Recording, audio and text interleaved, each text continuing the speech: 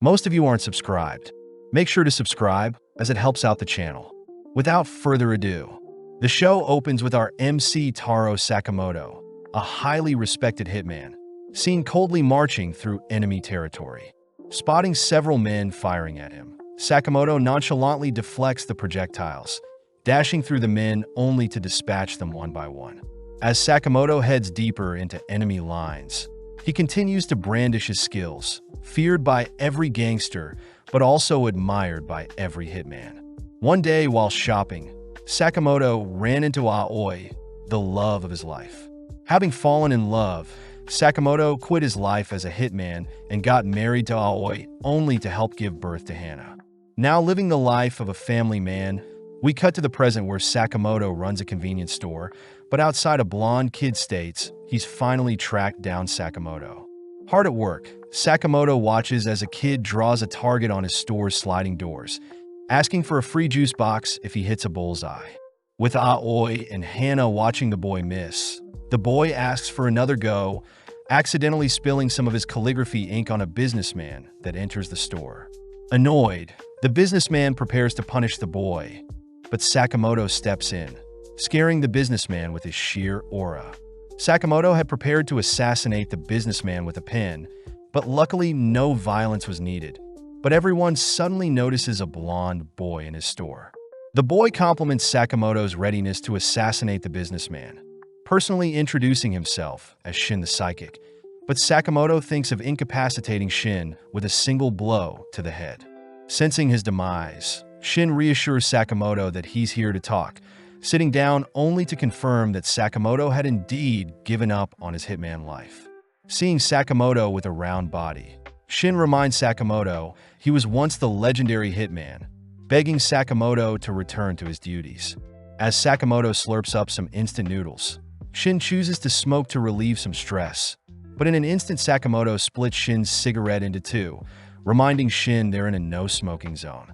Realizing that Sakamoto hasn't lost his touch since he's retired, Sakamoto is suddenly called by an older man for a favor, making Shin wonder if Sakamoto is only disguising as a civilian. Having reached the older man's backyard, Sakamoto instantly gets to work cutting down a tree. Next, Sakamoto is asked by a lady to help feed her picky daughter some vegetables, managing to use a silver spoon to feed her. Finally, Sakamoto sees two boys fighting over who gets to play with a ball, choosing to split the ball into two with his bare hands, solving the issue. As Sakamoto takes a break, Shin realizes Sakamoto is a handyman for the whole town, praising Sakamoto for concealing his identity so well, but Shin still thinks Sakamoto has fallen so far from his legendary status. Heading to his car, Shin notes how it's only been 5 years since he's seen Sakamoto, still admiring Sakamoto for being so awesome, wishing for the day Sakamoto returns. Suddenly receiving a call from his boss, Shin reports that he had failed to convince Sakamoto to return, but the boss asks if Shin had eliminated Sakamoto for betraying them. Shin tries to convince the boss to leave Sakamoto alone, but the boss reminds Shin he'll be eliminated and replaced if he fails. That night, Shin washes up, thinking back on his missions with Sakamoto, knowing he should be the one to put his old partner down. Heading back to the store the next day, Shin walks past Aoi, Hana, and the boy playing, apologizing in advance. Upon entering Sakamoto's store, Shin tells Sakamoto he'll be leaving town today, choosing to pull out his gun as he bids farewell to Sakamoto. Seeing Shin pull the trigger, Sakamoto chooses to spit his cough drop as Shin's bullet, deflecting it onto a bag of chips on the counter. Trying to reload, Shin is distracted by an ice cream flung at him, but suddenly realizes that Sakamoto has disappeared. Cautiously scanning the aisles, Sakamoto manages to distract Shin by making some noise in one of the aisles, only to make use of a rubber band and some cough drops to snipe Shin through the shelves. Rushing to evade Sakamoto's cough drops, Shin and Sakamoto catch a glance of each other at the end of the aisle, but Sakamoto tosses a cream puff at Shin, obstructing his vision. Having bought enough time, Sakamoto sneaks up from behind, winding up a torrential kick that sends Shin flying through several shelves, reminding Shin of when he used to train with Sakamoto. As Shin falls unconscious, he suddenly awakens a few hours later, spotting Hana and Aoi relieved to see him awake, learning he had been brought to the second floor of Sakamoto's store. Seeing Sakamoto's loving family, Shin gets weirded out, confused as to why they're serving him a lovely meal even after his assassination attempt. Believing the food to be poisoned, Shin chooses to face the challenge head-on, but instead begins breaking down, grateful to be served such a delicious and hearty meal. Finally understanding why Sakamoto retired, Shin and Sakamoto head outside, prompting Shin to graciously thank Sakamoto and his family for taking care of him. With Sakamoto asking Shin to come again soon, we cut to later that night, where Shin sits before his boss and his gang, begging his boss to let Sakamoto live. The boss and his henchmen scoff at such a pathetic request, reminding Shin that Sakamoto must be eliminated, having abandoned their organization. But Shin offers to give his life for Sakamoto. With the boss accepting Shin's offer, the boss secretly thinks about how gullible Shin is, but having already expected the boss to lie to him, Shin turns his gun on the boss. As Shin begins a shootout with his former organization, we cut to Sakamoto listening in on their conversation, choosing to transform his convenience store into an armory littered with deadly weapons. As Sakamoto opts for a stun gun, we cut back to Shin, who slowly begins dismantling the enemies, switching from his gun to martial arts to dispatch the men. Unfortunately, Shin is caught off guard, struck by a bazooka, but still manages to run for cover. With the men rallying together, the boss reminds everyone that Shin is a psychic, meaning he can read people's minds if they're close enough.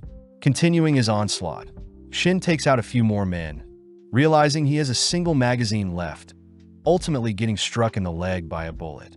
Falling onto his knees, Shin is surrounded, finally giving up. Luckily, Sakamoto appears, paralyzing the men surrounding Shin. As the boss orders his men to take out Sakamoto, Sakamoto nonchalantly opens a pair of chopsticks, increasing his speed to knock out the men, all whilst flexing he can catch the bullets with chopsticks.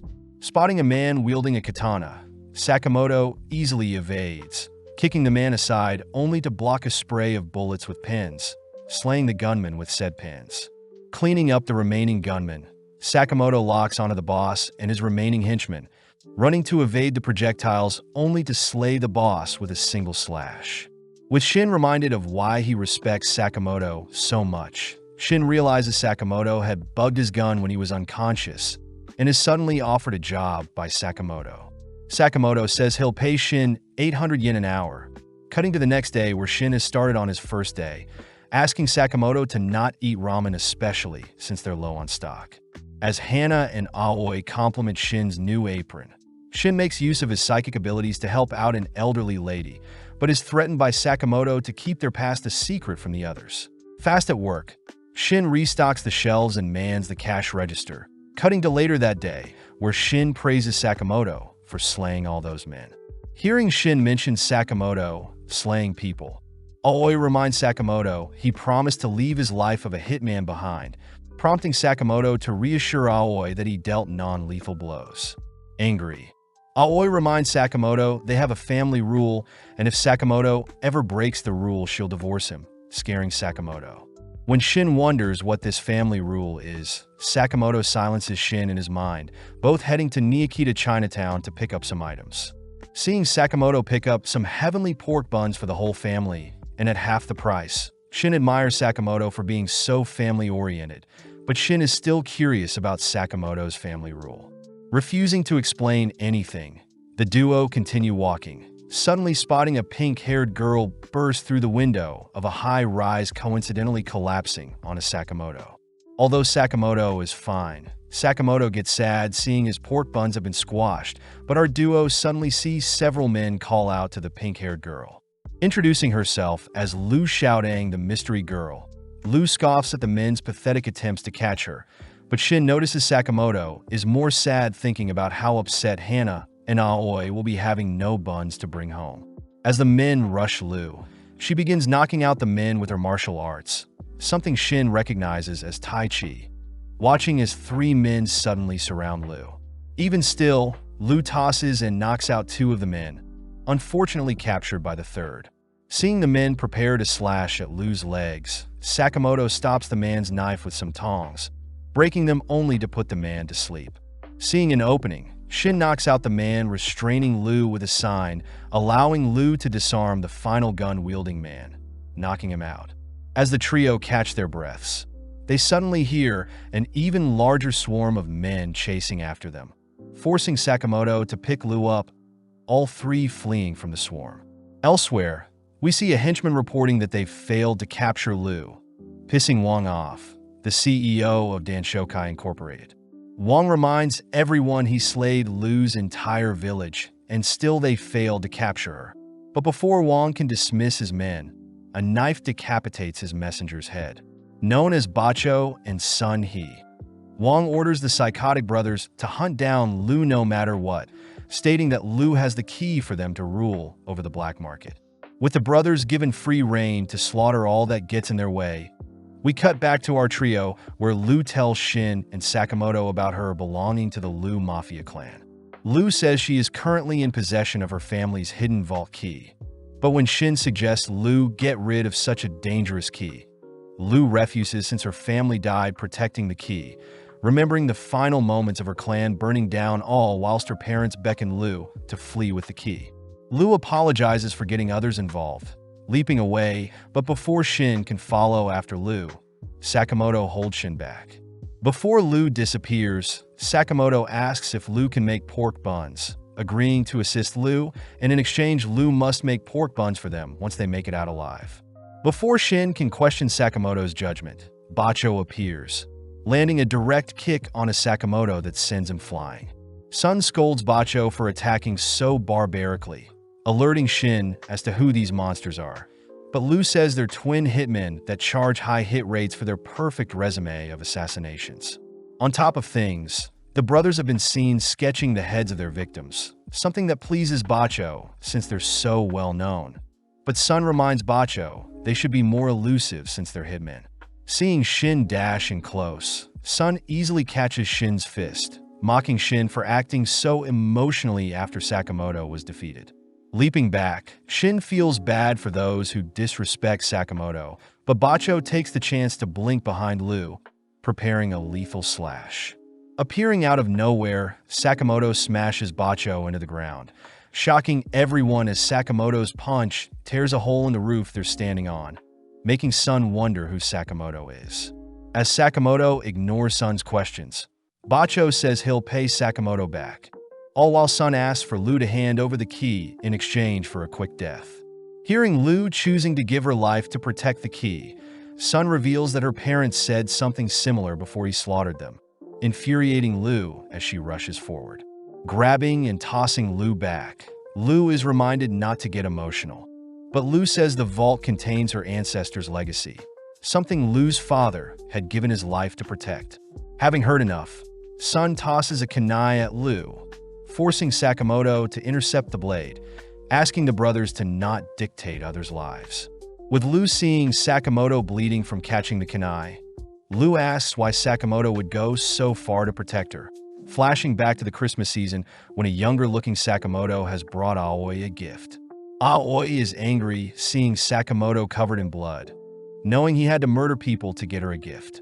Seeing as Sakamoto refuses to change, Aoi chooses to jump from their location, forcing Sakamoto to chase after her, clinging onto her. Luckily, the snow beneath them softened their fall. But Aoi uses the moment to show Sakamoto just like how he cares for Aoi. There are people that care for the people Sakamoto kills, asking Sakamoto to promise to never slay another and instead save people to atone for his past.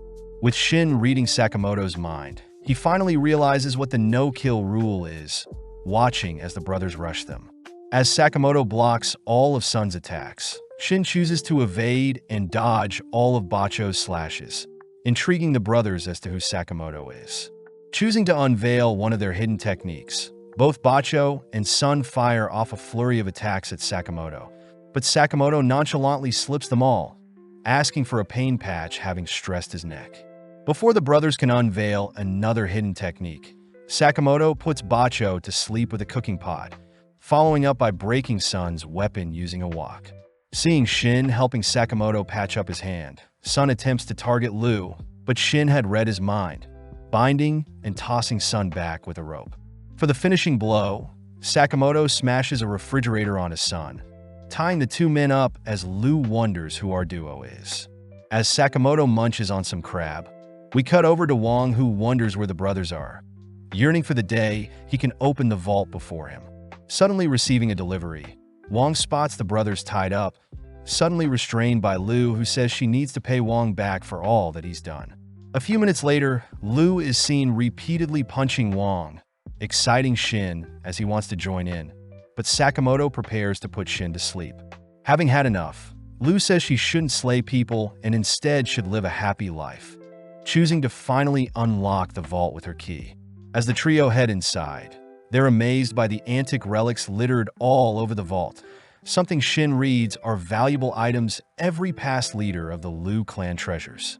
Seeing the item her father left behind, Lu reads that her father had left behind some valuable booze to one day share with Lu, making Lu treasure her family. Sitting down, Sakamoto unveils the squished pork buns, snacking on them as Lu remarks the Japanese buns are pretty tasty. The next morning, Shin sees reports of the aftermath of their brawl with Wand and the brothers, suddenly seeing Sakamoto enter the store exhausted. Seeing Lu enter with an apron, Shin wonders why Lu doesn't just sell her family's vault instead of working. But Sakamoto reminds Shin that he is now part of the family and must follow their family's no-kill rule. At the same time, we see several figures receive a bounty on Sakamoto and Shin, with Sakamoto's bounty valued at 1 billion yen. With several days passing, Lu continues to show up to work, but is scolded by Shin for being 2 hours late. Restocking the aisles, Shin calls out Lu for placing detergent in the drinks section of the fridge, but Lu says customers can figure it out themselves, stuffing everything into one place. Shin wonders if Lu has ever worked a job in her life, learning that Lu used to help her dad dig and bury strange bags, but this makes Shin ask for Lu to be fired. Hearing the two argue, Sakamoto asks for Shin to not say such mean things and that Lu should apologize when she's late, shocking the two. Heading outside, Sakamoto reminds Shin to sweep outside and for Lu to finish prepping the pork buns, but Shin is more worried realizing how talkative Sakamoto is. Sakamoto reminds Shin that he is human too, but out of nowhere a second Sakamoto appears, sitting down at the counter and picking up where the first one left off. The first Sakamoto accuses the second of being a doppelganger, thrusting a sword at the second, but the second dodges, holding up a blade to the first as the first pulls out a gun. With both Sakamotos standing down, the second Sakamoto greets Nagumo, prompting the first Sakamoto to unsheath his disguise. Shin gets terrified, unable to read Nagumo's mind, watching as Nagumo turns and laughs at both himself and Lu. Annoyed, Shin and Lu punish Nagumo, demanding to know how Sakamoto knows Nagumo, learning that Nagumo works in the supermarket across the street and is friends with Sakamoto. Hearing Nagumo mention he is 18, Shin wonders how Sakamoto met him, but Sakamoto reveals Nagumo is 27 and that there is no supermarket across the street. Seeing as Nagumo lied to them again, Shin and Lu beat and tie Nagumo up, prompting Nagumo to mention that Sakamoto has a 1 billion yen bounty on his head, but Lu and Shin refuse to believe another one of Nagumo's outrageous lies. Nagumo states the JA had recently decided on it, and the news will be released tomorrow, but just then a pizza delivery arrives, exciting everyone. As the delivery man places the pizza on the counter, Nagumo says there are rumors of Sakamoto's legendary return, but just then Shin reads the delivery man's mind, hearing the man mocking everyone. Deeming himself to be Pizza Nakajima, Nakajima is revealed to be a hitman, using the tied-up Nagumo as a hostage. Upon seeing Sakamoto and Lu nonchalantly eating pizza, Nakajima warns Sakamoto to take him seriously, but in an instant Nagumo appears behind Nakajima, placing him in a stranglehold. As Nagumo tightens his grip, Sakamoto orders Nagumo to release the unconscious man, making Nagumo ask if Sakamoto will truly survive without killing. Nagumo reminds Sakamoto that he himself may be after Sakamoto, defusing the situation seeing that Shin and Lu are ready to fight, but reminds Sakamoto that his kind specializes in taking down other hitmen. Before Nagumo leaves, Sakamoto asks who is benefiting from his death, but Nagumo has no idea, calling out how stupid it was for Sakamoto to draw attention to himself when he wiped out Wong and his company. Nagumo says there won't be any more newbie assassination attempts, taking Nakajima with him only to bid farewell to Sakamoto, disappearing before Shin can follow him. As Sakamoto turns to face the pizza box, we zoom out to see several people watching Sakamoto through the pizza box, all refusing to believe such a fat man could be worth 1 billion yen. Speaking up, one of the men from Don Denkai reminds the others to not underestimate Sakamoto. Having heard he used to belong to the Order, a mythical elite group, but people still believe Sakamoto is rusty after 5 years of retirement. Just then, they all turn their heads to the screen, hearing Sakamoto threaten them to try their best, only to destroy the camera. That evening, Shin wonders if Sakamoto will be okay now that others have his sights on him, but Sakamoto thinks they should lay low for a while. Just then, Hana and Aoi appear, both excited for tomorrow as Sakamoto suddenly realizes what they have planned for tomorrow. Having arrived at Sugar Park Amusement Park, the gang immediately rides a roller coaster, all having mixed feelings about such a ride. Hana takes the chance to show off the park's cute bunny mascot, Sugar Bunny, someone that reminds Lou of Sakamoto. Seeing Aoi so excited to spend time with everyone, Shin declares their operation today is to protect the Sakamotos and ensure everyone has a good time. Seeing Lou scanning the surrounding area for enemies, Shin says that he can read the minds of people in a 30-meter radius, stating those worked up are most likely hitmen. At that moment, Shin detects someone approaching, alerting Sakamoto. Revealed to be Kuriai Ninga disguised as a janitor, Kuriai makes his way towards Sakamoto all whilst Lou guides Aoi and Hana elsewhere. As Kuriai passes Sakamoto, he pulls out a needle ready to slay Sakamoto, but without batting an eye, Sakamoto plunges a pin into Kuriai's chest, only for Shin to carry Kuriai away. With Aoi and Hana not realizing what happened, Shin and Lou dispose of Kuriai's body, amazed that Sakamoto incapacitated Kuriai without hitting any vital organs. Having witnessed everything, Tatsu scolds Kuriai for being so obvious, annoyed at Shin's mind-reading powers, but wonders if he can suppress his killing intent to go undetected. With Tatsu passing by Shin, he manages to brush by without being detected, cutting to later that day where the gang is riding another roller coaster ride. With Shin and Lou positioned at the back to spot any attackers, Shin reports he doesn't hear anything suspicious, but Lou points out a strange pointy-haired looking man. Hearing the two talk about him, Tatsu lets his killing intent slip, alerting Shin to Tatsu's hitman status. As Tatsu fires off a bullet at Sakamoto, Sakamoto simply deflects it with his bulletproof glasses, but Shin takes the chance to remove his harness. Leaping out of his seat, Shin falls onto Tatsu's location, dragging him out as they both fall to a lower railing on the ride. Unable to read Tatsu's mind, Shin suddenly jumps, sensing the ride appearing behind him, but Tatsu uses the opening to toss 2 knives at Shin. Knowing he can't dodge both, Shin is forced to endure a scratch to the leg, suddenly collapsing having been poisoned. Tatsu remarks that his poison will take Shin's life in a few moments, using the chance to slander Sakamoto as he points out how Sakamoto fears death. Defending Sakamoto's name, Shin gets up, once again leaping over the ride approaching from behind, but this time he jumps onto his seat, dragging Tatsu for the ride. Tatsu is impressed, easily able to defend against Shin's pathetic punches, forcing Shin to rack his brain for a solution as Tatsu pulls out a knife. Scanning the surroundings, Shin hears something, evading Tatsu's advances only to drag him, falling onto a play. Having taken on the disguise of Sugar Bunny himself, Shin catches Tatsu off guard when he manages to move and evade his attacks, even going on the offense even after being blinded by Tatsu's poison.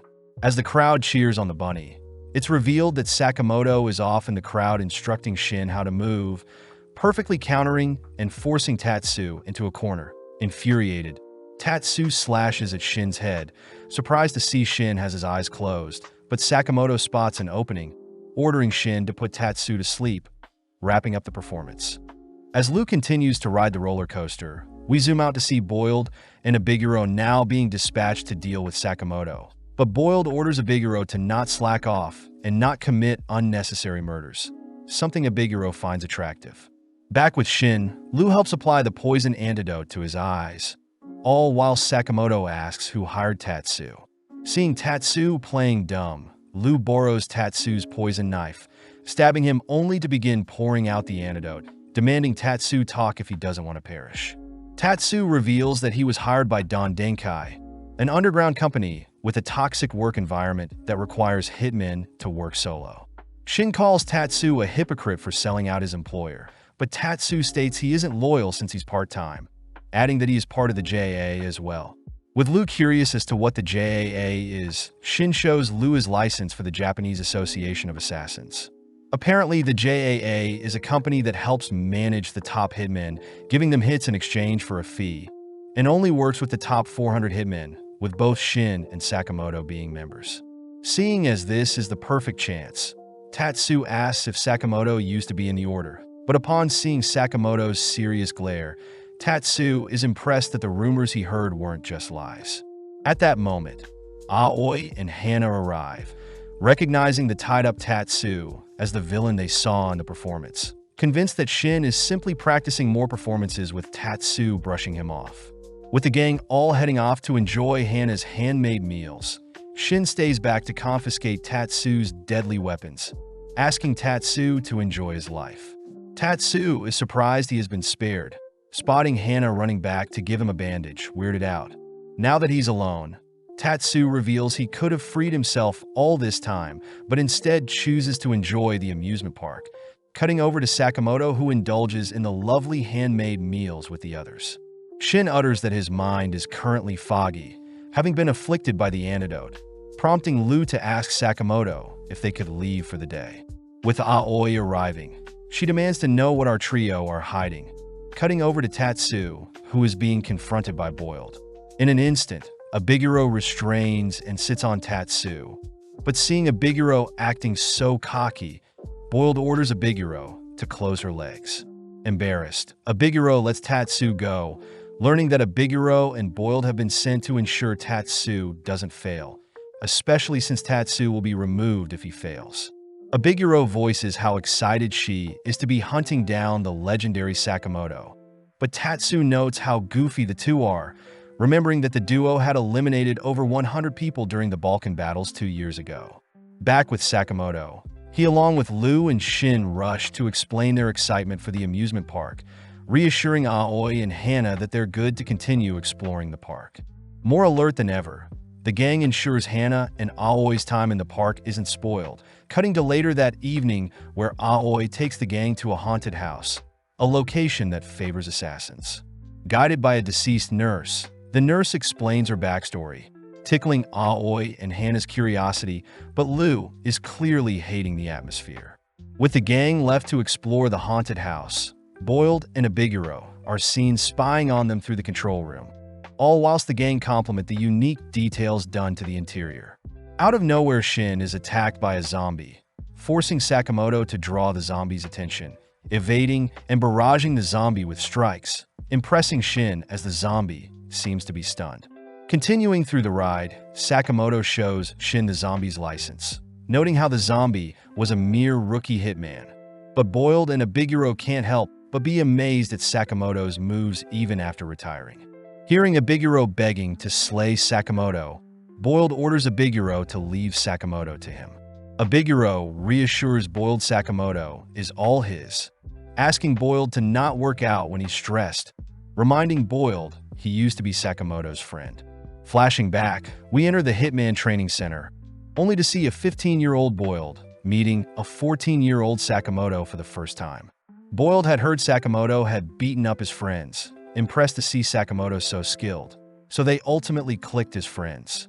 Spending more time together, they're seen alone during Valentine's Day, only for several girls to confess their love to Sakamoto.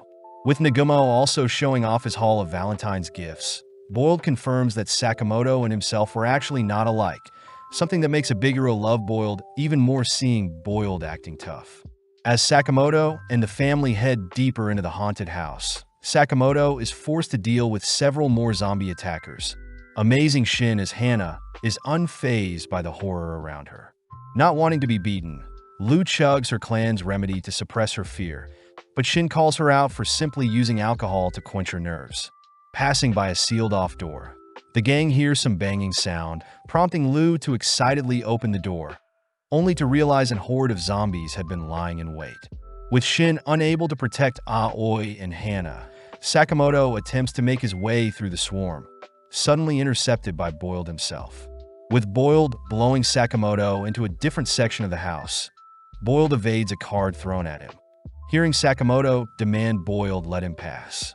With Boiled disappointed to see Sakamoto doesn't remember him, Sakamoto gets pissed, declaring he'll show Boiled hell. At the same time, Shin manages to clear the zombies, entering a room only to be relieved seeing Aoi and Hana sleeping peacefully. Speaking up, Abiguro reassures Shin that the girls have only been put to sleep, declaring that she and her zombies will have to distract Shin until Boiled is done. Out of nowhere, Lu fires off a kick that sends Abiguro flying. Something Shin recognizes is the drunken fist style of fighting. With Abiguro excited for a decent fight, we cut back to Boiled to ask again if Sakamoto remembers him. Ignoring the question, Sakamoto asks where his family is, dashing in close to sneak attack, but Boiled detonates an explosion before Sakamoto can get close. Equipping his special gloves, Boiled sends several more explosives bouncing around the room, detonating them only to use the explosion to land a flush punch on Sakamoto. Back with Lu, she rushes in for strike on Abiguro, but Abiguro nonchalantly catches Lu's fist, complimenting Lu's technique only to shake Lu until she gets sick. Wanted to have some fun, Abiguro orders Shin to be tied up, uttering that she wants to draw out Lu's strength, giving Lu a challenge. Abiguro wants Lu to land a hit on her every 10 seconds, or else Shin will be sliced, but Lu suddenly begins crying, yelling that she doesn't want to hurt anyone. Back with Sakamoto, we see him completely defeated by Boiled, listening as Boiled reminds Sakamoto that it's been 5 years since he's retired. When Sakamoto tries another attack, Boiled simply detonates another explosive, declaring that his super ball bombs combined with his rocket dynamite punch will ensure Sakamoto is defeated. Sakamoto is reminded of how cringy Boiled was, remembering a younger Boiled showing off his new gear along with the composition for said explosions. Annoyed at Sakamoto's weak attitude, Boiled chases Sakamoto with his explosions and fist, crying that he looked up to the Chad Sakamoto was. Charging up a lethal blow, Sakamoto catches a glimpse of his family, suddenly sent flying deep into the building corridor. As Boiled turns to leave, he bids farewell to his teenage memories with his best friend, but out of nowhere Boiled senses immense blood lust from down the corridor. Marching towards Boiled, Sakamoto begins listing the chemicals Boiled uses for his bomb's composition, declaring that he's finally remembered Boiled and will now show Boiled how much he's grown.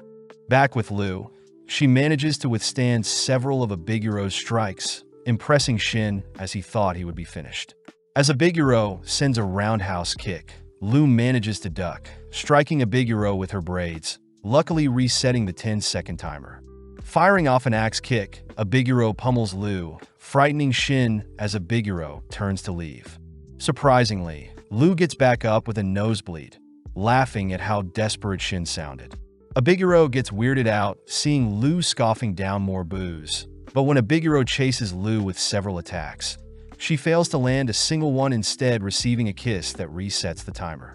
In a mere instant, Lu fires off a lethal kick of her own, terrifying Abiguro as she barely dodges, begging Lu to try and slay her. Sadly, Lu utters that it's against her family's rules to kill anyone, annoying Abiguro as she reminds Lu that Sakamotos are a family of 3. Catching Abiguro's kick, Lu is pissed hearing Abiguro calling their family matters stupid, countering with a devastating hook, but before it lands, Lu suddenly halts. Having awoken from her drunken daze, Lu asks to know where she is, but Abiguro begins to quiver. Having never considered anyone as her rival, Abiguro pulls Lu close, deeming Lu her frenemy for life. Back with Sakamoto, he terrifies Boiled, seeing as Sakamoto had slimmed down out of nowhere, but Boiled tries taunting Sakamoto when he reminds him of his family. Sakamoto states he believes in Shin and Lu, instantly dashing forth as he lands a swift punch on Boiled, blowing him through the building's walls. Following up, Sakamoto lands strike after strike, even clashing with Boiled's rocket fist, only to shatter it with his bare knuckles. Backing off, Boiled tanks all the blows, attempting to fire off several ball bombs, but Sakamoto catches each one before they have a chance to detonate, instead using them to empower his fist, knocking Boiled further back. Knocked down, Boiled demands to know how a retired Sakamoto is so strong. But Sakamoto reveals he has a reason to fight, having chosen to fight for the people he loves. Following a couple on a merry-go-round, they suddenly feel a massive rocking sound as something approaches their ride, revealed to be Sakamoto, who has slammed Boiled into a separate ride. As Boiled loses consciousness, we cut to Aoi, who has awoken next to Shin, Hana, and Lu, demanding to know how they got here. Making up an excuse, Shin rushes to search for Sakamoto. Cutting over to Sakamoto, he and Boiled nonchalantly exit the destroyed carriage, forcing Boiled to pay for the destroyed ride only for the two to head for some roasted pork buns. Joining the two, Shin is amazed to see Sakamoto so thin. Snapping some pics as Shin is reminded of the legendary Sakamoto, but Boiled is more curious as to how Sakamoto will get Don Denkai off his back. At that moment, Aoi appears, asking to know what this bounty on Sakamoto's head is. Forcing Shin and Boiled to sit in as well, Lu and Abiguro are seen escorting Hana elsewhere, all while Sakamoto reveals he has a bounty hit on him. Before Aoi can scold Sakamoto, Boiled asks that Aoi not be too harsh, seeing as Sakamoto was hiding his bounty to not worry Aoi, but Aoi orders Boiled to be silent. Taking out their family rules, Aoi reminds Sakamoto of Rule 6, asking Sakamoto to not hide anything from his family and instead gives Sakamoto permission to resolve things rather than hide it from his family. Seeing as things are fine now, the family head to enjoy the parade, prompting Shin to ask how Sakamoto plans to remove his bounty. Sakamoto says the only way is to find the client and make them withdraw the hit, but Abiguro says it'll take a while to track down the client. Shin asks if Boiled could give them his boss's contact details. Annoyed to see Boiled, is no help, only to part ways with the duo. With Sakamoto stating he has other connections, we cut to the next day, where Sakamoto has regained all his weight, all heading through several alleyways only to stand before a video rental store. Searching through the shelves of the store, Shin stumbles onto a movie titled Don Denkai, all three heading out back to enjoy the show. The disc describes Don Denkai as a Hitman organization with over 50 members, even describing Don Denkai's headquarters along with how the organization was formed. But as the movie wraps up, Sakamoto heads out to pay. Charged with 706,000 yen, Sakamoto turns to leave but is warned by the receptionist that someone Sakamoto used to work with is after him, unable to give any more information than that. That night, we see Nagumo dining with three others, questioned by Hyo, who accuses Nagumo of meeting with Sakamoto. But when Nagumo states he didn't, Shishiba asks that everyone quiet down since they're waiting for someone special. With Hyo and Nagumo bickering, Shishiba asks how Osaragi is doing, warned by Osaragi to not take another bite of his meal. Upon further inspection, Shishiba calls for the chef, suddenly slamming the chef onto the table only to slay the chef, having not wanted onions in his risotto. At that moment, an older-looking man introduces himself as Iria from the J, amazed to have all the order members before him. But Hyo points out they're missing 4 others. Shishiba adds that 3 members never show, but it's strange how Takamura isn't with them, all blaming Takamura's old age for forgetting their meeting. Getting down to business, Iria reveals that someone has been slaying various hitmen in the JAA, requesting that the order assist with finding and eliminating the perpetrator. Back with Sakamoto, he and the others have made it to Don Denkai HQ, ordering everyone to keep the violence to a minimum as they all don their stealth gear. Heading inside, we see 2 men talk about Boiled's recent defeat at the hands of Sakamoto, both individually taken out as Shin and Sakamoto make quick work of the men. Having found new disguises, Shin states they must climb to the top floor where the boss is, cutting to several minutes later where our trio knocks out another man with a stun gun. Having tied the man up, the trio head through the hallway towards the boss room. But Shin gets worried seeing as he can't detect anyone nearby, all ultimately reaching a set of massive doors. With Sakamoto giving the signal, they burst into the boss's room, shocked to see a pile of corpses all whilst Nagumo sits in the middle of the room. Declaring that he had slayed all the Don Denkai members and the boss himself, Nagumo apologizes for what he's about to do, suddenly blinking behind Shin. only to puncture his neck. Luckily, Nagumo was only kidding, having arrived too late and discovered the Don Denkai members were already dead. Sakamoto asks why Nagumo is here, hearing that there has been an absurd amount of hits on Hitman, with a total of 100 JA members losing their life within the past few months.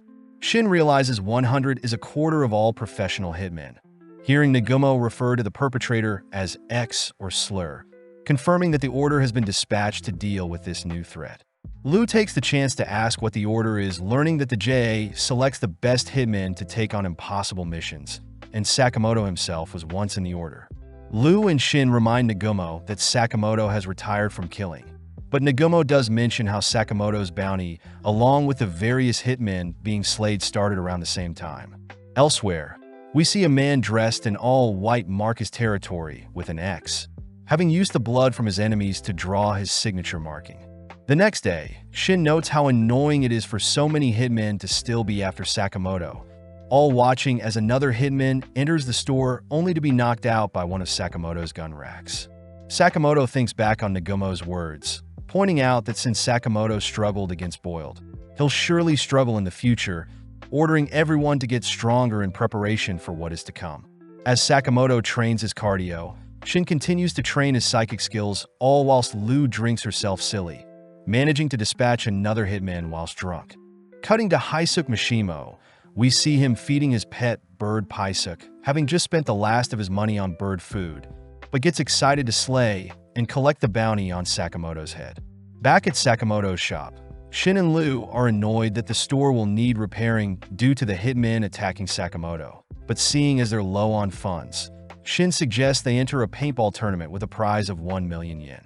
At that moment, Mishimo enters the store, holding up a slimmer-looking Sakamoto, only to ask if our trio knows where his target is. Luckily, Sakamoto's chubby disguise convinces Mishimo that he's got the wrong store, but Shin wonders how stupid Mishimo truly is. When Shin reads Mishimo's mind, Shin gets annoyed seeing a clutter of random thoughts, managing to convince Mishimo that Taro Sakamoto is a very common name. Completely lost, Mishimo reveals that he won't be able to cover the travel fee home, nor does he have any food or money, despairingly leaving the store. When Shin and Lu try to get back to work, Shin realizes that Mishimo is still looking at them, shedding tears as he cries for help. Reluctantly, our trio sends Mishimo off with a bag of pork buns, gratefully sharing the meal with his bird. That night, Mishimo returns to his rundown tent, having been a gift from his grandma, only to declare that he'll be rich one day. Mishimo thinks back on when some older men fired him from being a hitman, swearing that he'll prove the higher-ups wrong. But suddenly a gust of wind topples Mishimo's tent. On the brink of tears, Mishimo suddenly spots a flyer, seeing it to be a paintball tournament for 1 million yen, crying out that this may be his big break. As the day of the 52nd Ikurizaka paintball tournament kicks off, Shin and Sakamoto arrive bright and early, stocking up on some high-end walkie-talkies.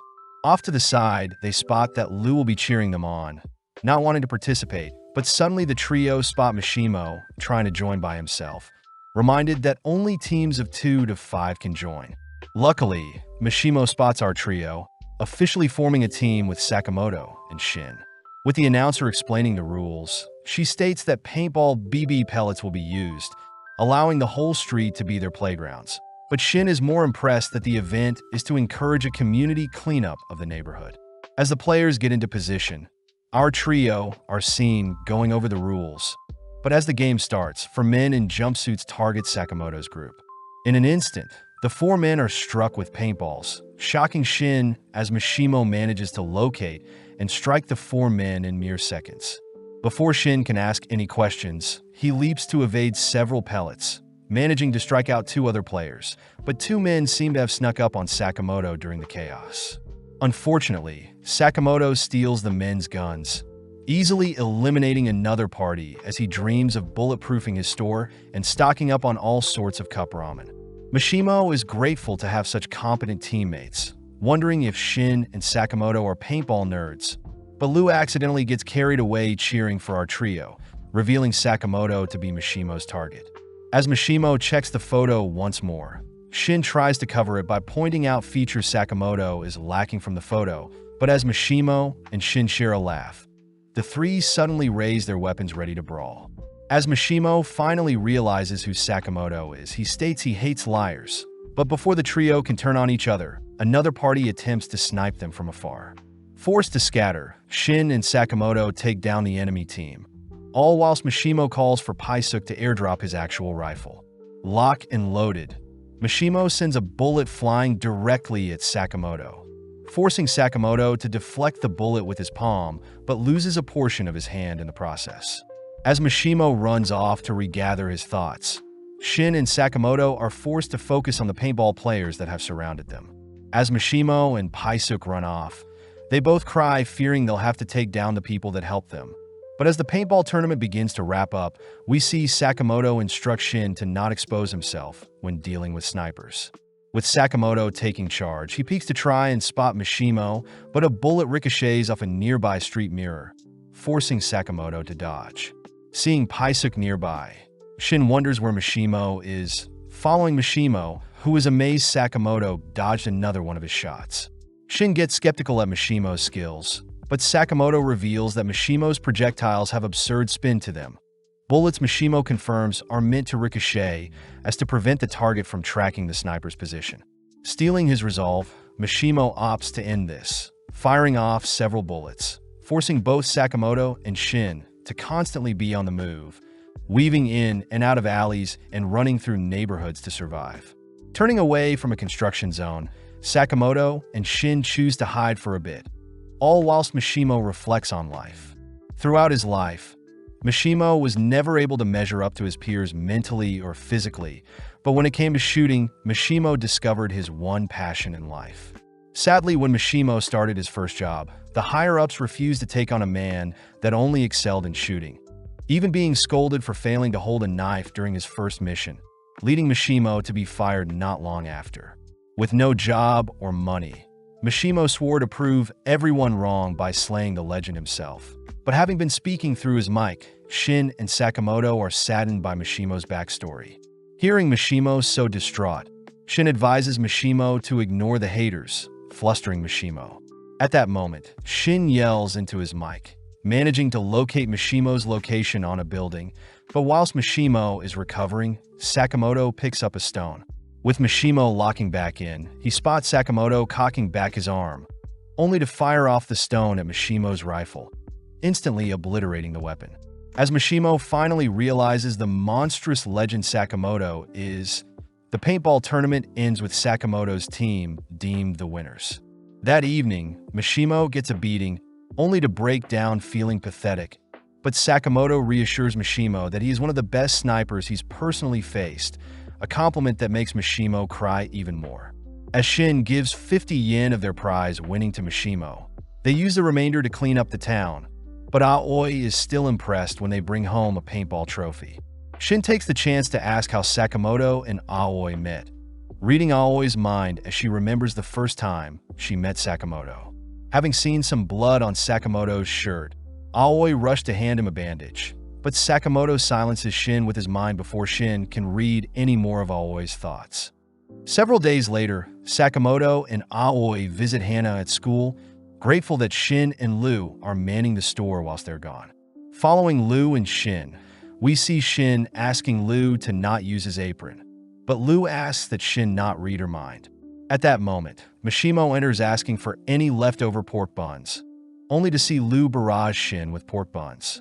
Annoyed, Lu states that she can't trust someone that is constantly reading her mind, something that hurts Shin deeply as he chooses to leave the store. Several minutes later, Lu is seen alone at the counter, greeting several customers in hazmat suits only to be mistaken as Shin. Having been kidnapped, Lu overhears Mr. Tanaka and Saba speaking about how Shin fled from them 13 years ago, but Saba realizes that they may have kidnapped the wrong person. Tanaka divulges that there were once experiments done to create psychics, but Shin was the only one they succeeded on, weirding out the men as they fear Shin will read their minds as well. Hearing Tanaka talking badly about Shin, Lu fires off a kick that knocks Tanaka's helmet flying, demanding that Tanaka restrain from insulting his friend. With Tanaka confirming they kidnapped the wrong person, we cut back to Shin, who has returned to the store to apologize to Lu, but notices Lu is missing. When Shin begins to inspect some loose glass, he notices Sakamoto and the others are home, apologizing as he failed to protect Lu. Luckily, Sakamoto reveals that Shin's apron has a GPS tracker on it, cutting back to Lu, who hears Tanaka freaking out for failing another mission. As the men continue their journey back to their lab, Lu regrets saying the mean things to Shin, only for the men to spot Sakamoto and Shin riding in on a motorcycle. As Sakamoto demands the men hand over Lu, Tanaka spots Shin is with Sakamoto, sending out some of their men to deal with Sakamoto. Sadly, Sakamoto easily deals with an attacker, followed by Shin derailing another by jamming a piece of wood in their rides, only for Sakamoto to grind away at another's helmet with his Hot Wheels. Seeing as they're out of men, Tanaka wonders what they should do, ordering Lu to be quiet as Tanaka fears failing more than anything. Hearing Shin is on the roof of their car, Tanaka calls on Seiba, taking over the wheel all while Seiba joins Shin, asking to get paid extra later on. With Shin taking a fighting stance, Seiba dons his suit, suddenly turning invisible only to knock Shin onto another car on the highway. Leaping after Sakamoto, Seiba attempts to put Sakamoto down, but is surprised to see Sakamoto block his invisible strike. As Sakamoto begins strangling Seiba, Seiba chooses to puncture Sakamoto's motorcycle's fuel tank, only to light it on fire. Seeing Sakamoto's ride explode, Seiba returns to Tanaka's car. Amazed, Sakamoto lives up to his legendary Hitman status, but apologizes for not being able to retrieve Shin. Following Sakamoto, he and Shin observe the GPS stop at Okatabe, a location Shin knows is the headquarters of the lab he grew up in. Shin utters that the original scientists weren't evil whatsoever, wondering what has changed since he left, both taking the bus to their destination. Having stopped outside the Okatabe Science Museum, Shin reveals that the lab is concealed in the basement, both choosing to enter in hopes of retrieving Lu. Upon entering the museum, our duo are stopped by some workers that convince Sakamoto and Shin to stop for a picture, both given dinosaur heads to pose and keep. Back on track, Shin guides Sakamoto to a hidden passage, all whilst Lu is wheeled through the lab, having been tied up. As Lu looks around the lab, she suddenly is stopped as Kashima asks if Tanaka had succeeded with capturing Shin, wondering if the girl before them is truly the psychic thereafter. Hesitantly, Tanaka lies, reminded by Kashima that Tanaka's life is on the line if they fail. But Lu is more curious as to why Kashima has a reindeer mask and stitches all over his body. Speaking up, Seiba reveals that he caught the wrong person, prompting Tanaka to be sent away with Lu, leading Kashima to ask Seiba to retrieve Shin himself. Back with Shin, he stands before several clocks, turning the clock's hands and maneuvering a nearby bear only to reveal a secret elevator. When Shin tries to enter the passcode from several years back, he's surprised to be denied, suddenly spotting the bear's head reveal a gun that fires at them. Managing to evade the gun spray, Sakamoto makes quick work of the brown bear, all watching as a second bear appears, but Shin skewers the white bear before it can fire off any projectiles. With a voice announcing that Phase 1 is over, the elevator along with the bear's corpses are removed, giving rise to the dinosaur bones behind them. Seeing the dinosaur attack with its tail, Sakamoto pulls Shin down, all whilst thinking about how Hana would love to see a real-life dinosaur. As Sakamoto continues to evade the dinosaur's advances, Shin manages to spot a device in the dinosaur's mouth, giving Sakamoto the idea to taser and paralyze the dinosaur. Sadly, the machinery controlling the dinosaur simply reboots, this time attacking Sakamoto more aggressively. Dodging to evade the dinosaur's tail, Sakamoto tries again to paralyze the creature, but gets his stun gun destroyed, pissing him off. No longer holding back, Sakamoto rushes towards the dinosaur's mouth, punching and shattering the machine in the dinosaur's mouth. Following up, Sakamoto knees the dinosaur away, only to finish off the creature with an axe kick. With Shin baffled by Sakamoto's sheer strength, we cut to Dr. Ishikawa, who begs to be given some time off, having been working for 3 days straight with no sleep. Refusing to hear it, a man in a suit knocks Ishikawa down, preparing to take Ishikawa's life when he hears Ishikawa call their research silly.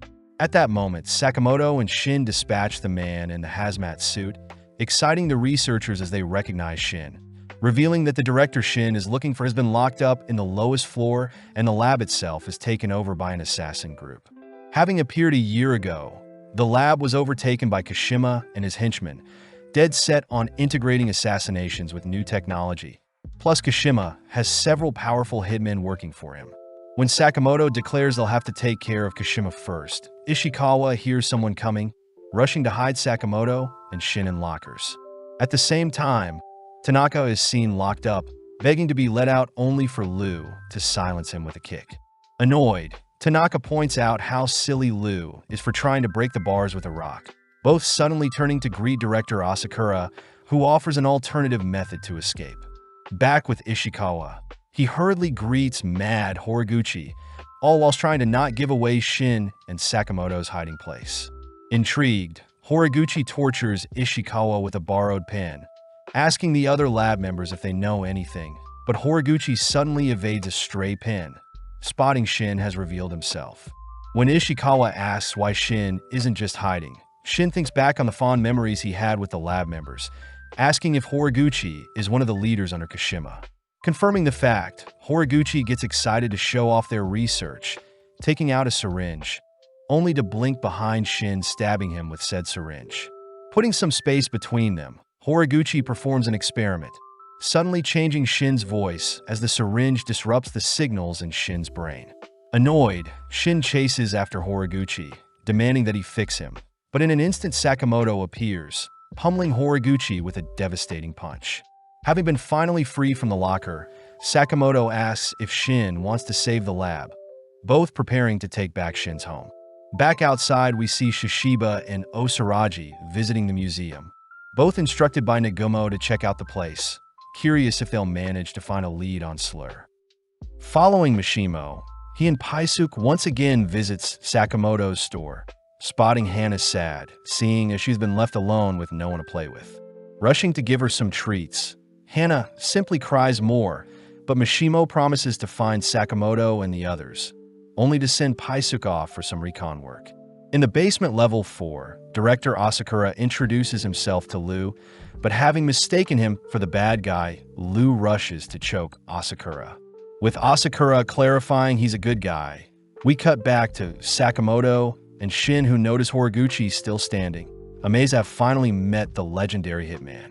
Horiguchi is disappointed at how far Sakamoto has fallen, revealing that he had stuck a needle in Sakamoto as well. But as Sakamoto rushes to engage Horiguchi, Sakamoto's fist suddenly lands on Shin instead. Weirded out, Sakamoto hears that the needle Horiguchi stuck in him confuses the brain and switches enemies with foes.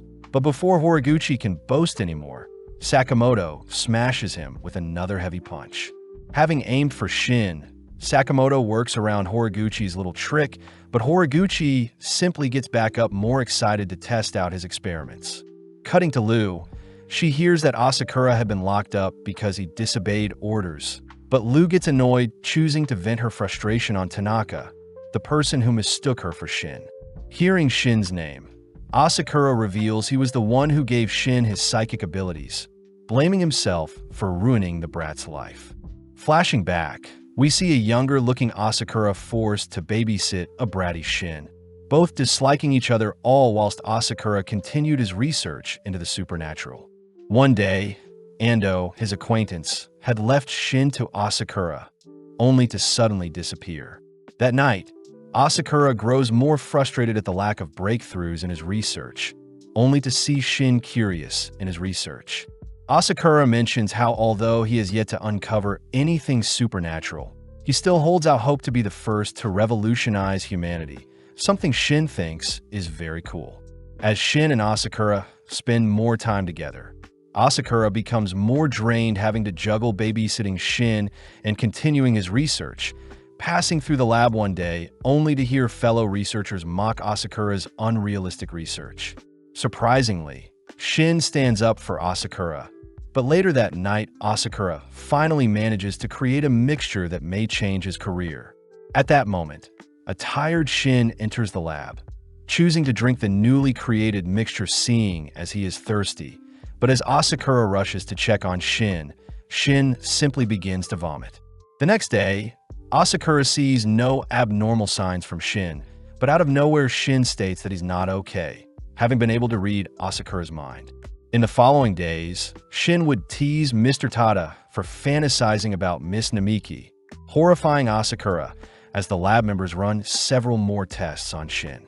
Over time, the lab members grew distant from Shin, denoting how Shin's powers are actually quite creepy. Not wanting Shin to live an isolated life, Asakura rushes to come up with a cure for Shin's powers. But when Shin asks if Asakura is proud of his greatest work, Asakura apologizes, having never wanted Shin to be tangled up in his research. Frustrated, Shin pushes Asakura aside, running away several days later, something that makes Lu and Tanaka bawl, hearing such a sad story.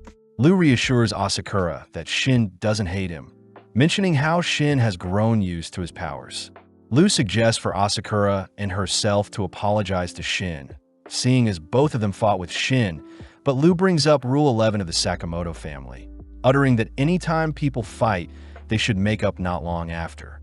Laughing at his own pathetic attitude, Asakura reveals a vial of acid he can use to melt through the jail bars, only to ask if Shin has grown taller.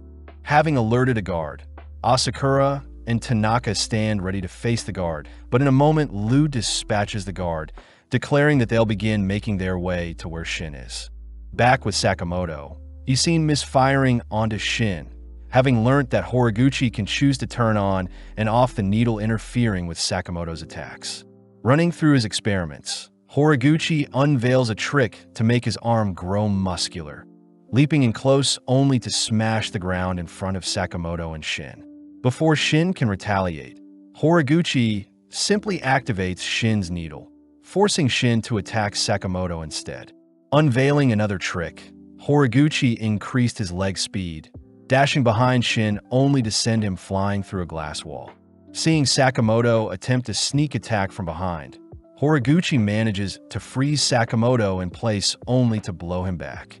Seeing Horiguchi mocking Sakamoto, Shin reminds Horiguchi he can read minds, but getting annoyed, Horiguchi simply assaults Shin with several needle stabs, sending him onto the floor. Horiguchi does wonder why his boss is after Shin's stupid skill, something that enrages Shin, but Sakamoto reminds Shin to not be so emotional. Sakamoto declares he'll show Horiguchi why Shin's powers aren't stupid, prompting Horiguchi to inject himself with several needles, suddenly bloating up as his figure becomes monstrous. With Sakamoto coming up with an idea, he orders Shin to stand in front of Horiguchi, all whilst turning his back to him.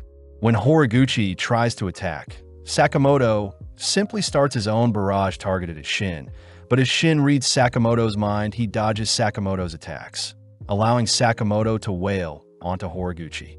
Unable to find a counterplay, Horiguchi is ultimately beaten up and knocked aside, shriveling up as he's been defeated.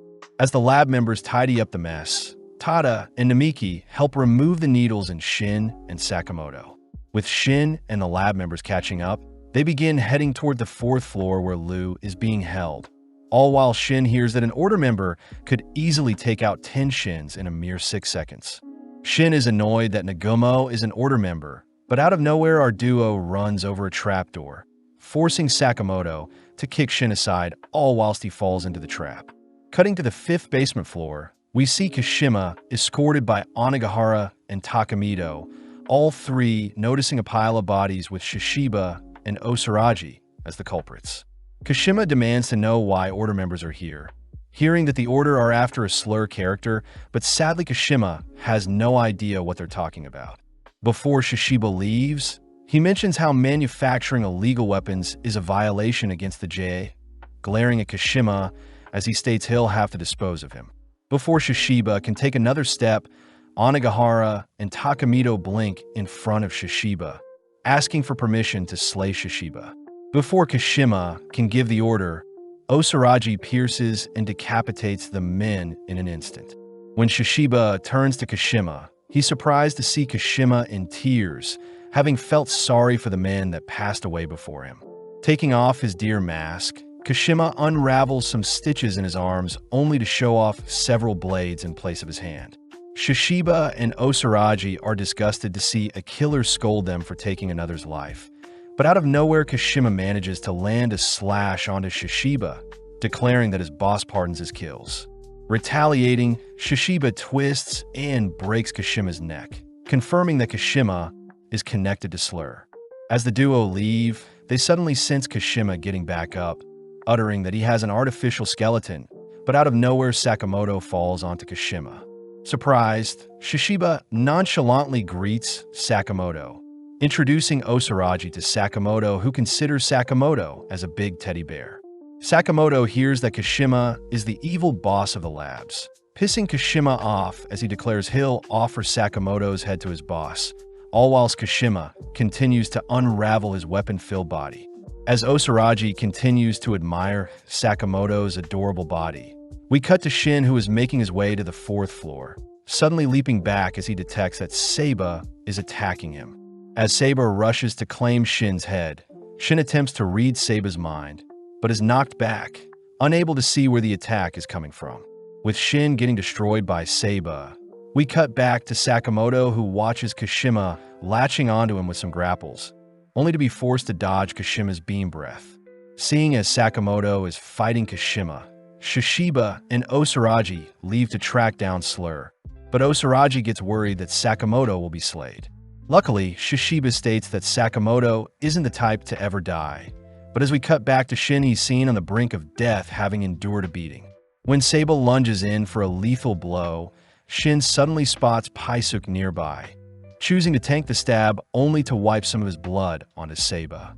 In an instant, Seiba is pierced by several bullets, revealed to be Mishima, who has come to save the day. Seeing Kashima mocking his family and is dead set on hunting them down, Sakamoto chooses to take out a pen, dashing in close before Kashima can fire off another beam, only to plug the weapon with his pen. As the weapon backfires on Kashima, Sakamoto asks that Kashima refrain from insulting his family, all whilst Liu and the others hold Tanaka hostage, seeing as several more guards are searching for them.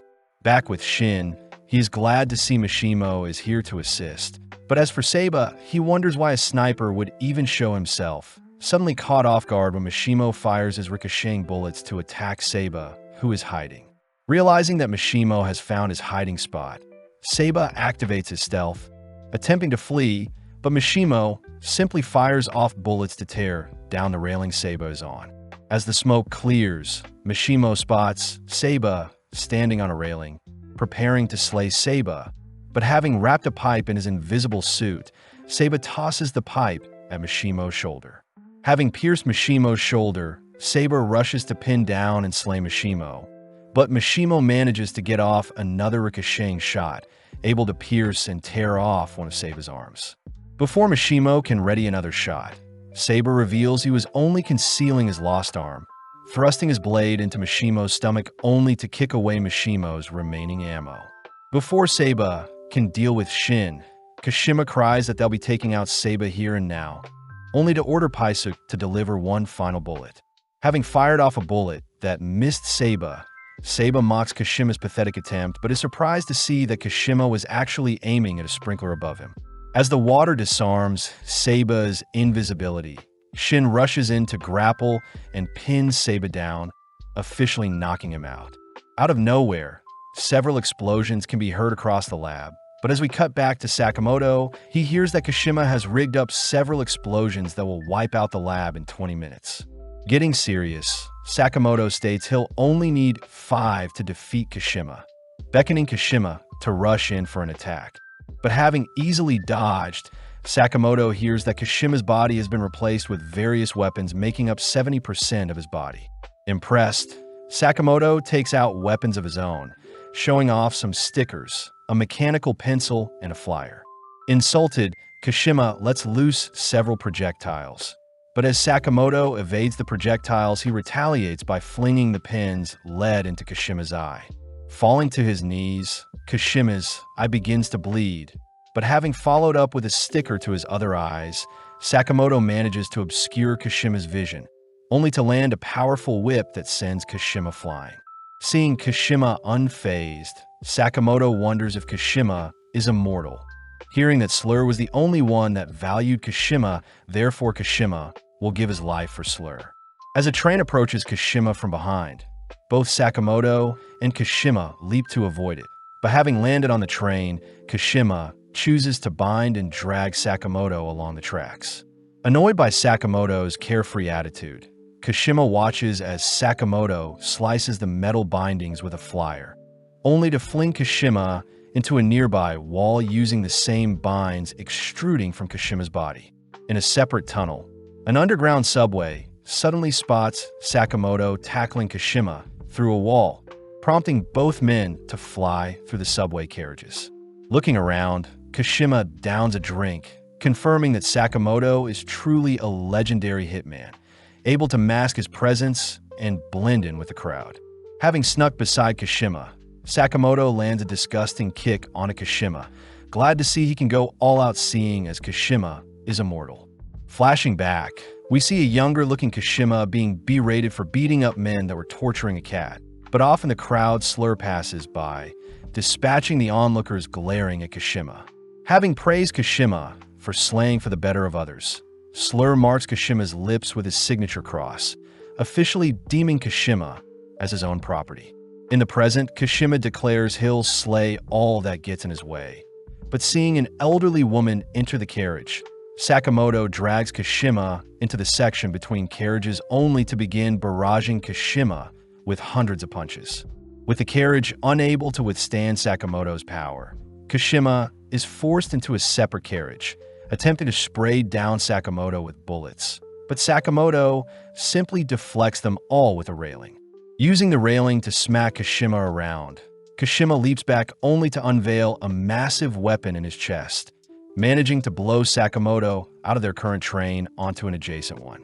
Monstrously, Sakamoto recovers, sprinting along the adjacent train only to hop back onto his original train. With Kashima sitting down to relax, he horrifically sees Sakamoto coldly enter the cabin, rushing to pick up nearby passengers only to toss them at Sakamoto. Sadly, Sakamoto nonchalantly catches and places the passengers back down. But choosing to end their duel, Sakamoto combos Kashima with several strikes only to drag his unconscious body out of Sato Station. Reporting the good news to Shin, Sakamoto hears that he has 15 minutes left until the lab explodes. Choosing to toss Kashima's corpse aside, all whilst we cut to Lu, who saves a researcher from a piece of falling debris. Before Lu can think of a way out of the lab, a piece of the ceiling falls on her, forcing Shin to tackle and save Lu. As Mishimo joins them, we see Lu and Shin are awkward at first, but suddenly Lu breaks down apologizing for stealing Shin's apron earlier. Having made up, Asakura greets Shin as well, both feeling awkward as it's been a while, but Shin reminds everyone they only have 10 minutes to spare. Seeing as they need to save everyone, Shin asks Asakura to sketch out the floor plan of the lab, focusing only to ask Lu and Mishimo to rescue some people still trapped in the lab. As for Shin and Asakura, they head elsewhere, all whilst Asakura appreciates Shin's control over his powers, reminiscing on the times they would spend together. At the same time, we see Shishiba and Osaraji scrubbing through the lab surveillance, only to confirm that Slur is the mastermind behind the lab's takeover. Back with Shin, he sends Asakura to help someone all while Shin continues forward, but as Shin begins to approach a man, he suddenly halts seeing the man's cold presence. Suddenly sensing his own demise, Shin freezes all while Slur passes by Shin, asking Shin to say hello to Sakamoto for him. Having saved everyone, Shin and Asakura meet up with the lab researchers outside, flustered to see everyone admiring how much Shin has grown. Taking the chance to introduce himself to Sakamoto, Asakura thanks Sakamoto for raising Shin in his absence, only to cut to later that night, where the entire family has finally regrouped for a nice homely dinner.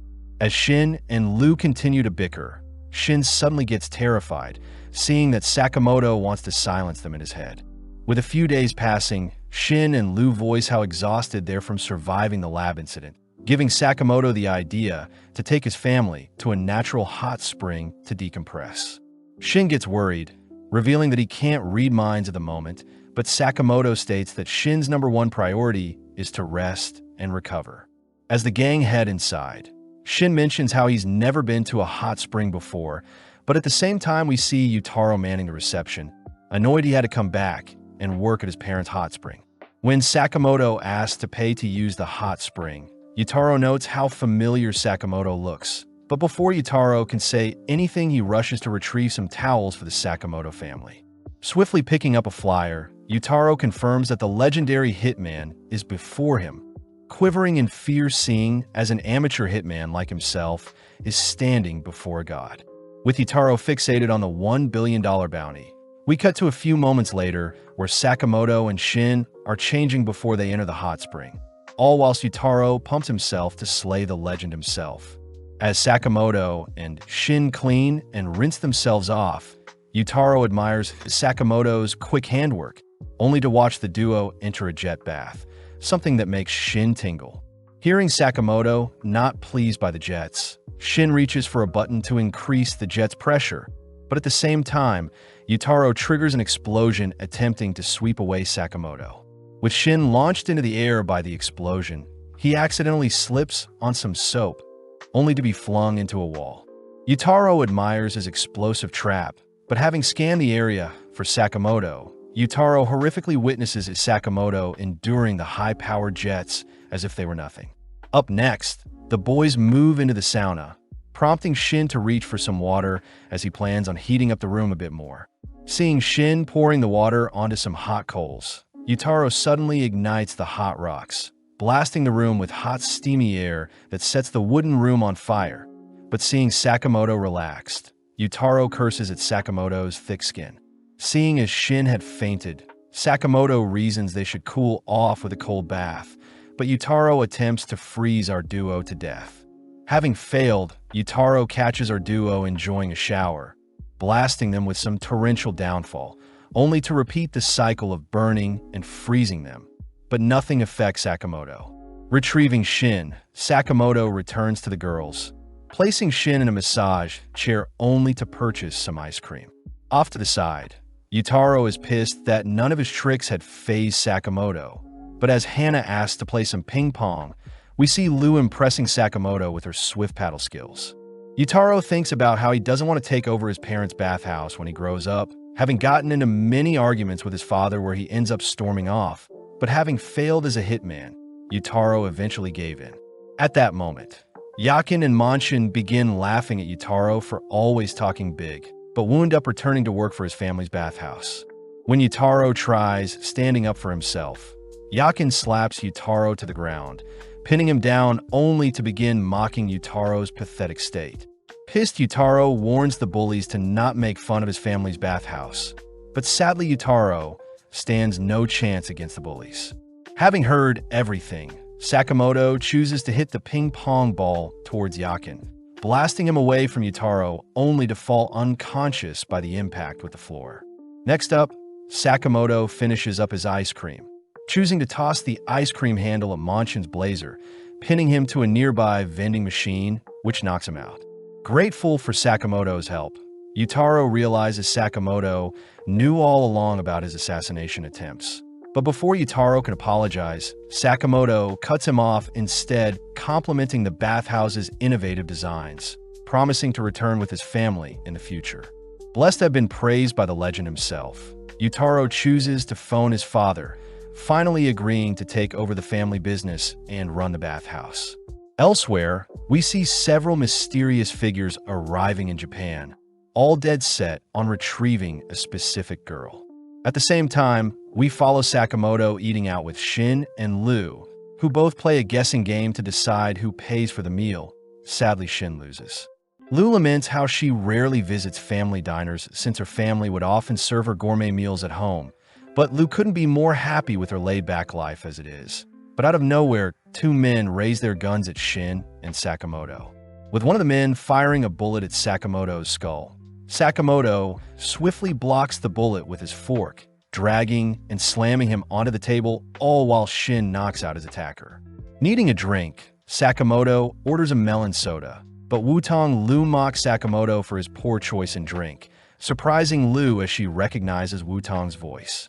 Surprised to see a member of her clan alive, Wutong reveals that their clan is in need of a leader, advising Lu to stay away from the life of a barbaric hitman. But Lu refuses to rejoin their family mafia. Seeing Lu up in clothes, Wu-Tang explodes with a bloody nose, flustered over how cute Lu is. But Lu utters that since she was young, Wu-Tang would always follow her around, supposedly taking on the role of advisor to her family. Reading Wu-Tang's mind, Shin is freaked out by how creepy Wu-Tang is, but upon hearing that Lu refuses to return to the Lu clan, Wu-Tang declares Sakamoto his sworn enemy. Wu-Tang states he wants to fight over who gets Lu, offering up information on who placed the 1 billion bounty on Sakamoto's head. But without a moment's thought, both Shin and Sakamoto call off the duel, seeing as they can get that information themselves. Seeing an opportunity to pay Sakamoto back, Lu agrees to Wu-Tang's offer, all following Wu-Tang as we cut to later that night, where Wu-Tang leads our trio underground. Entering a room, Wu-Tang orders Shin and Sakamoto to get changed, giving the boys nicely fitted suits, all whilst Lu dons an elegant dress. Entering another room, Wu-Tang introduces our trio to an underground casino, declaring that no physical fight will be needed as he hands Sakamoto 30 million yen to start off with, and the winner of their duel will be the one with the greater amount when they return. Setting a timer of 2 hours, Wu-Tang heads off, all while Sakamoto reassures Lu that they have Shin to give them an advantage. Hearing that Sakamoto and Shin have never gambled before, Lu begins to get stressed, especially since Wu-Tang himself is quite smart. But out of nowhere, an audience forms around Wu-Tang, seeing as he's tripled his 30 million yen in mere moments, pumping the boys up as they refuse to lose. As our trio wonder how they should tackle Wu-Tang's challenge, Lu reveals that gambling is more than just luck, something Wu-Tang confirms as he declares that calculations are a big part of what separates Mafia from Hitman. Speaking up, Sakamoto corrects Wu-Tang, uttering that hitmen don't rely on luck either to survive. But as we follow Shin, we see him sitting in on his first game, having never gambled before. Within seconds, the other gamblers deduce that Shin is a sitting duck, all declaring they'll squeeze Shin for his money. Annoyed, Shin watches as the players around him call and raise. But having seen his 2-card, Shin is still confused about what to do. Checking on Shin, Lu mocks Shin for looking so scared, only to begin fighting with Shin, accidentally showing Shin's cards to the other players. The players recognize that Shin has got a pretty strong hand, but getting greedy, the players all utter that they'll bluff Shin. Sadly, Shin has been reading their mind, countering by going all in. In mere seconds, Shin is up 12 million yen with a total of 22 million yen, giving Shin the confidence to take on the gamblers head-on. At the same time, we follow Sakamoto joining in on a roulette game, choosing to place his entire bet on red, but the game handler secretly notes how he can control where the ball will land. Having kept a single chip for himself, Sakamoto watches closely for the ball to briefly graze a red tile, instantly firing off his last chip to stop the roulette from spinning, shocking everyone as Sakamoto's new total is 29 million yen. Cutting to Wu-Tang, he receives word of our trio slowly winning more money, but even though Wu-Tang knows they must be cheating, he allows them to continue. Deep in thought, Wu-Tang is revealed to be cheating as well, having been counting cards during blackjack. Wu-Tang remembers a time when he was bullied for not meeting the standards of his clan, but Lu herself had fended off Wu-Tang's attackers, both sitting down as Lu realizes Wu-Tang is related to her. Lu wonders why Wu-Tang didn't fight off his attackers, but not wanting to be embarrassed, Wu-Tang makes up a pathetic excuse covering for the fact that he was too weak, but surprisingly Lu buys it, calling Wu-Tang a genius. Ever since then, Wu-Tang vowed to hone his brain to make up for his lack of fighting skills, dreaming of the day he can stand beside Lu. As the 2-hour timer ends, we see both parties manage to gather 87,630 chips, but seeing as they'll need a tie-breaking game, Lu herself asks to play Old Maid. Having added 2 men to Wu-Tang's team for a 3-on-3, the loser will be the last one standing with the Joker card, exciting our trio as they are quite familiar with such a simple game. As the game starts, Shin scans the players to see who has the Joker card, horrifying Sakamoto and Shin when they realize Lu is in possession of the Joker. Picking first, Wu-Tang mentions how he can read Lu like a book, hovering over Lu's cards only to purposely remove the Joker from Lu's hand. Up next, Shin picks from Wutong's hand, but as Shin reads Wutong's mind, he hears that Wutong knows of his psychic abilities. In mere moments, Wutong overwhelms Shin with an influx of new information, overheating Shin's mind and knocking him out of the game. With several turns passing, Sakamoto is up next to pick, annoying one of Wutong's men, but having sped up, Sakamoto had picked the Joker card only to swap it out for a safe card using his super speed. Although Wutong couldn't see his movements, he warned Sakamoto against cheating, but as we cut to the final two players, we see it's Sakamoto against Wutong. But Sakamoto has the Joker, leaving Wutong to pick. Although Sakamoto has a poker face, Wutong is still able to read Sakamoto's intentions, swiftly reaching for the final non-Joker card. But Sakamoto grips onto the card for dear life. Wutong struggles to rip the card out of Sakamoto's hand, but seeing an opening, Sakamoto switches the card for the Joker, annoying Wutong. At that moment, Wutong's men raise their weapons at Sakamoto, but more importantly, Wutong's men remind Wutong that they're the Mafia and that they're meant to take the things they want, not play games for them. Hearing his men speak so lowly of him, Wutong gets flashbacks of being ostracized in his past, allowing his trauma to get the better of him as he accepts his demise. Speaking up, Sakamoto reminds Wutong he can still impress Lu, exciting Wutong as he bluffs that the guns his men were holding were meant to blow up when they fired. Having distracted the men long enough, Sakamoto and Lu get to work dispatching the armed men, tossing and knocking them away, ultimately managing to take down the army with the use of a pool stick and pool balls.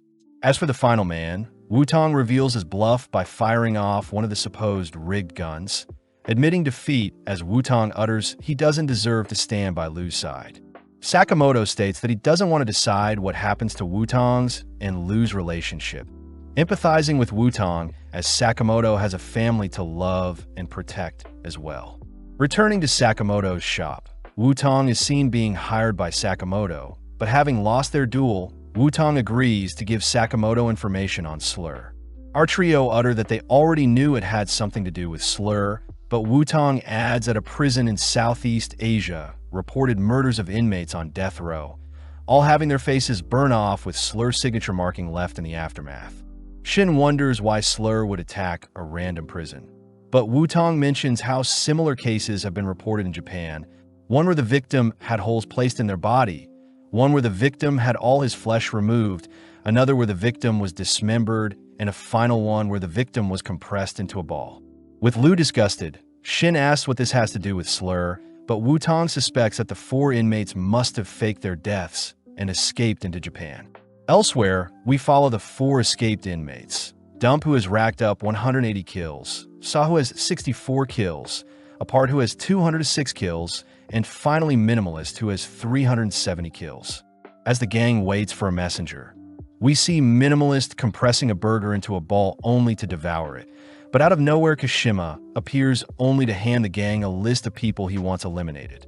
Scanning the list, the inmates mock Sakamoto as being a possible threat, but Kashima warns the inmates not to underestimate anyone on their hit list. Pissed that Kashima is looking down on them, Minimalist crushes up his table only to declare they'll wrap things up in a month. But as they leave the scene, Kashima acknowledges the inmates as pure evil.